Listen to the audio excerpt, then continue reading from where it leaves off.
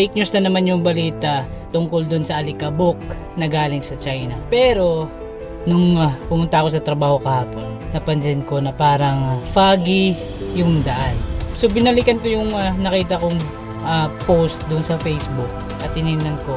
At totoo nga, tinamaan nga yung lugar namin dito sa Shizuoka. Kaya ngayon lumabas ulit ako at gusto kong tingnan kung ganun pa rin yung sitwasyon. Medyo foggy pa rin ba or medyo mausok pa rin ba yung ating kapaligiran. At ito ang nakita ko.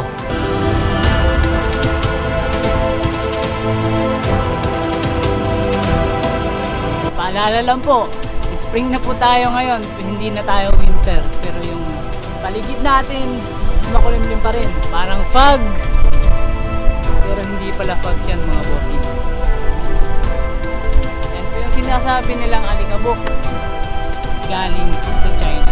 At ayun mga boss, dito na rin ako mag-upload ng mga video natin dito sa Japan.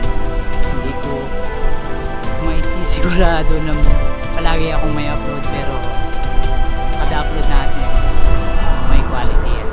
Kaya subscribe nyo na and